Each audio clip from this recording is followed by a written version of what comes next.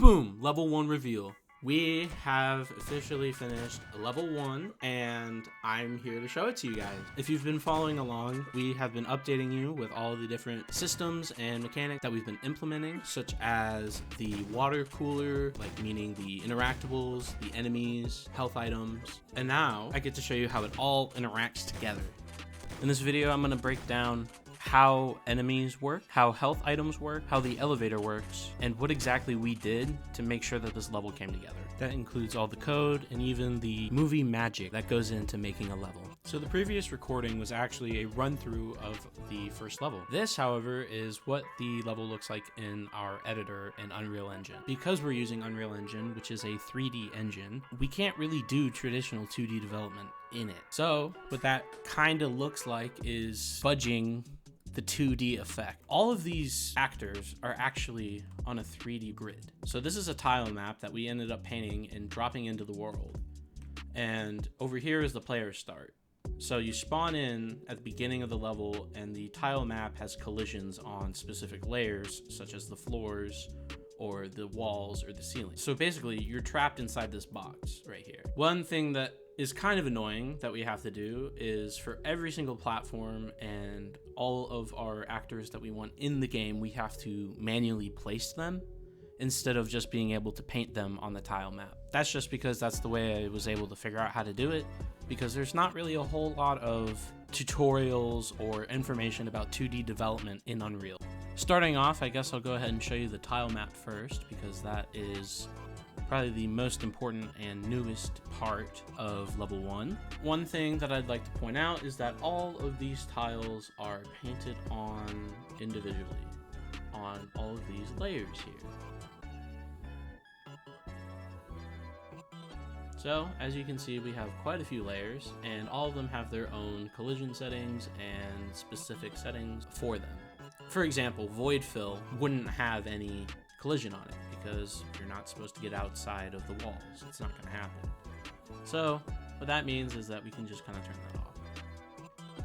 Now for something like the platforms, we also have to turn that off because we aren't placing these via the tile map. As I said earlier, we have to go in and manually place them one by one as actors.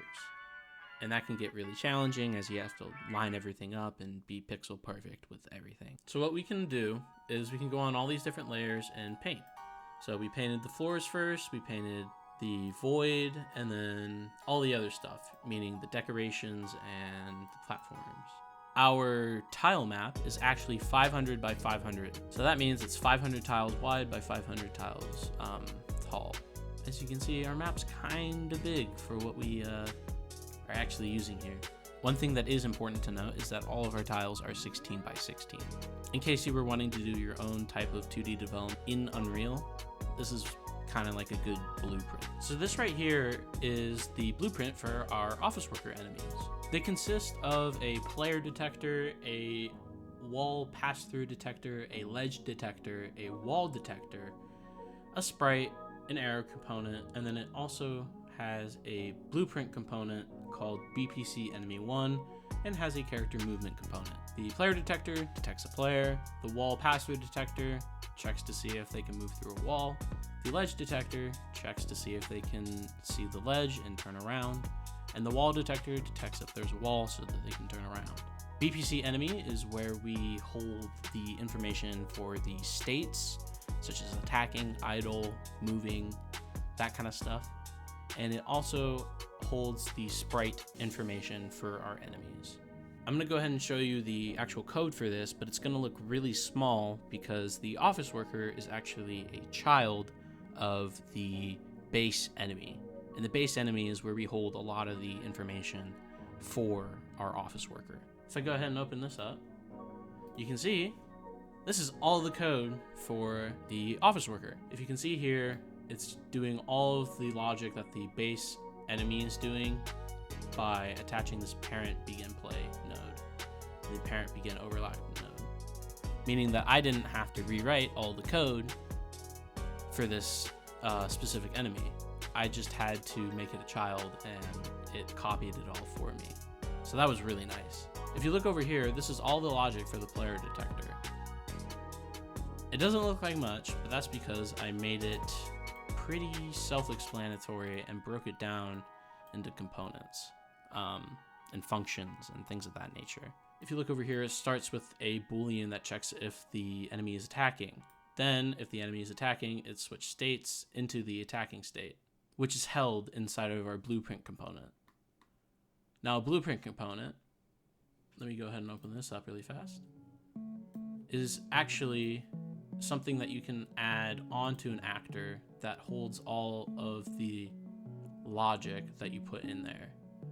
So basically, it's like a compartment that I can put a bunch of different logic into and add it onto any actor that I want, instead of having to add all that code individually. The player detector checks if the enemy is attacking. If the enemy is attacking, it then switches the enum state to attacking. Then it runs this function right here that says stop base enemy movement. And what that does is it casts to the main character, and if the detector detects the main character, it stops movement. Once the enemy stops moving, it runs into this function that fires every 0.1 seconds called handle enemy separation. Now, what handle enemy separation does is that it separates the enemies if they are overlapping each other so that they don't stack up. And this only happens if the enemy is attacking. From then, we choose our state, which is in the blueprint interface base enemy.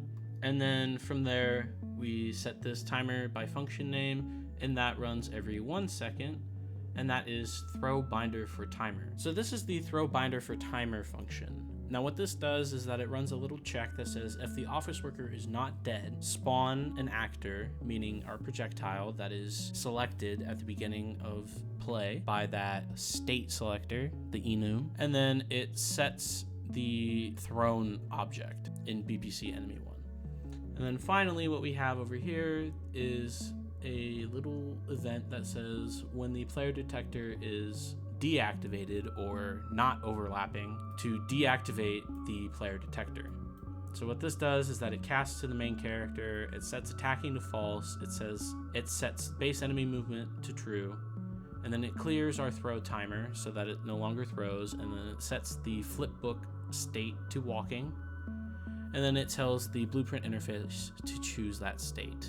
Now finally, for the office worker enemy, we have the state selector. Now this top state selector here is mainly just for the sprites and movement logic. Basically what this does is that whenever you saw that green box that said attacking or idle or whatever, that is what is selecting the state. It's called an enum. So when that enum is idle, walking, attacking, or dying, it switches between them. It either sets the flipbooks, like in idle, right here, or in walk, right here.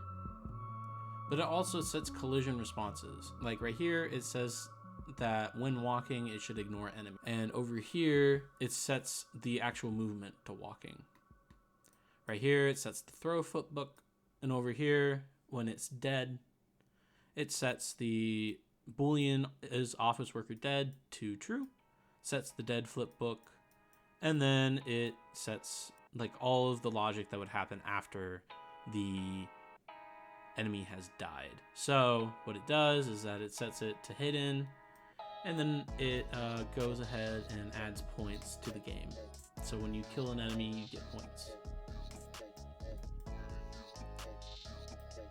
And then down here, what we have is what selects our random skins. Now this is honestly my favorite part of the entire office worker because I just think it's the coolest. We are calling this custom event anywhere that we are trying to set flipbooks.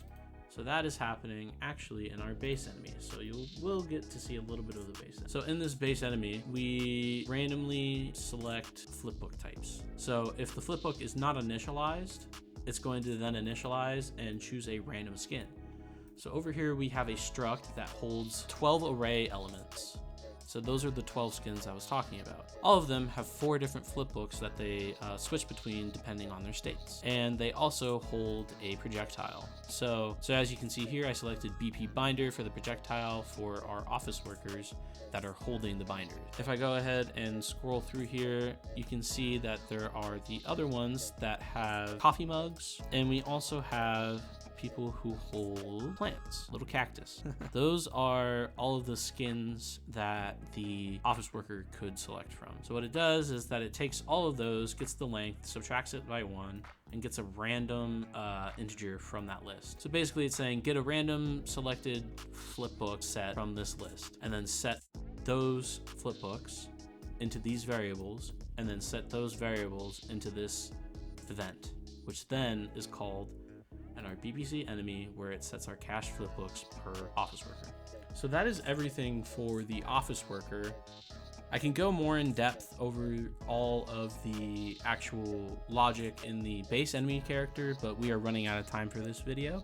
So if you'd like to see more of that, please let me know down in the comments below, and I can show you the full logic breakdown of the enemies. Like I said earlier, we are running out of time in this video, so I do apologize for not getting around to the water cooler, the donut, and the elevator. I will go ahead and explain those more later on. Stay tuned in the future for more updates, and I hope you all enjoyed.